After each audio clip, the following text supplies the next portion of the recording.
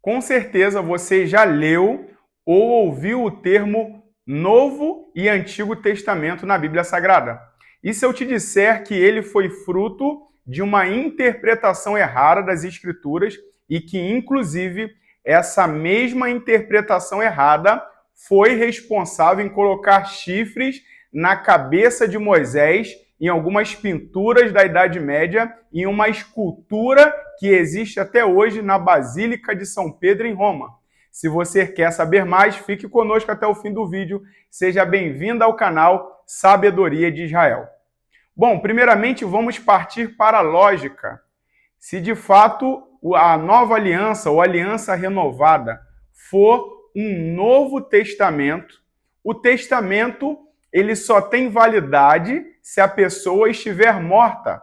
Logo, quando Yeshua ressuscita e se as escrituras dentro da nova aliança fossem um testamento, ela perderia a sua validade.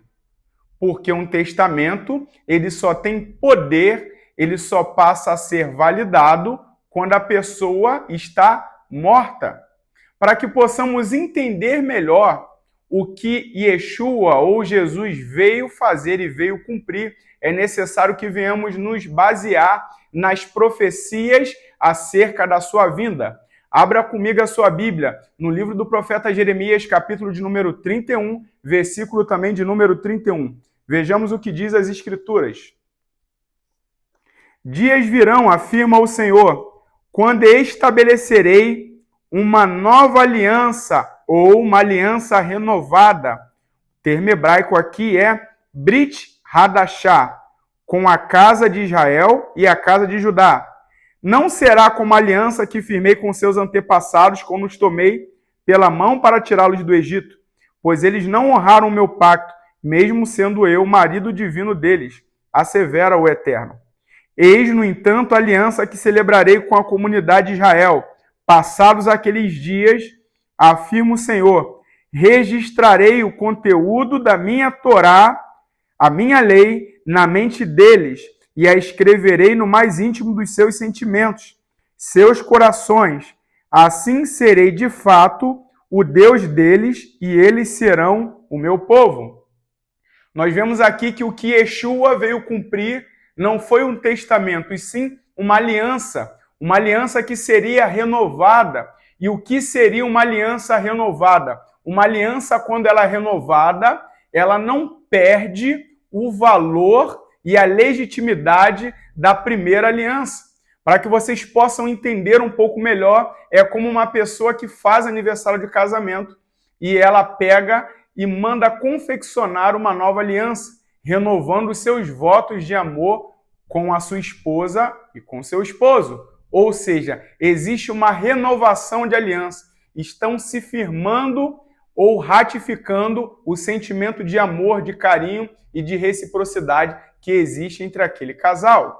Logo, a renovação de aliança, ela não anula a aliança antiga. Pelo contrário, ela reforça o amor, o respeito e o carinho que havia outrora. Por isso, o livro do profeta Jeremias diz acerca da vinda de Yeshua que chegariam dias que essa aliança seria renovada, esse pacto seria renovado, aonde as escrituras não estariam apenas externamente, mas sim seriam escritos no coração do povo. Algumas pessoas acabam deturpando um texto de Hebreus, capítulo de número 9, versículo de número 16. Vejamos o que diz.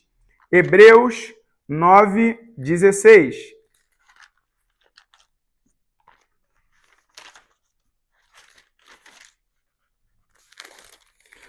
No caso de um testamento, é imperioso que se comprove a morte daquele que o determinou, porquanto um testamento só tem validade legal após a confirmação da morte do testador, considerando que não poderá entrar em pleno vigor enquanto estiver vivo quem o fez.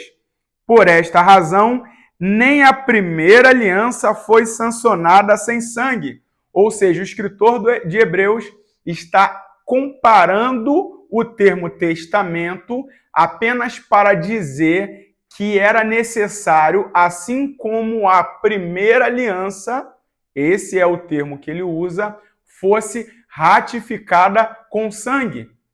Essa analogia que ele faz do termo testamento é para condicionar o sangue para ratificar essa aliança e não para dizer que essa aliança ou esse pacto se tornou um testamento.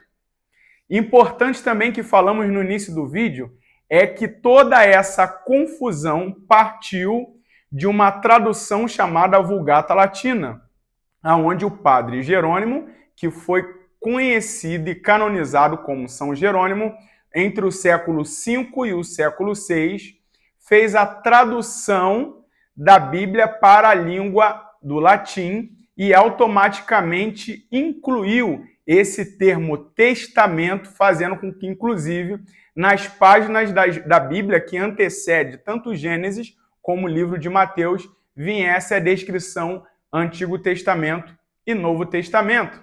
Inclusive, ele foi responsável em fazer a tradução do termo na Bíblia, no livro de Êxodo, quando descreve que Moisés descia do Monte Sinai, o termo Karan ou Keren, que quer dizer chifres, mas também é traduzido como raio de luz. Nessa tradução, São Jerônimo, na Vulgata Latina, traduz como chifres e não raio de luz. Ou seja, como Moisés desce do Monte Sinai, ele tem um contato direto com a Shekhinah, com a presença de Deus, e essa presença divina brilha tanto em seu rosto que faz com que ele desce com o rosto iluminado. E ele traduz com que Moisés desceu com chifres. Michelangelo, ele vai fazer uma estátua de Moisés, que até hoje se encontra na Basílica de São Pedro, em Roma, de Moisés com chifres, graças a essa tradução errada.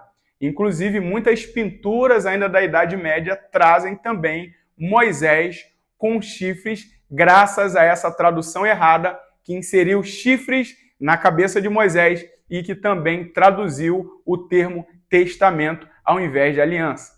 Se esse vídeo te foi útil, eu te convido agora para curtir esse vídeo, ativar o sininho, compartilhar ele com outras pessoas e comentar aqui embaixo se você quer ter acesso a mais informações acerca de traduções erradas e de contextos que foram aplicados de forma equivocada para que o seu conhecimento possa se ampliar mais acerca das Escrituras.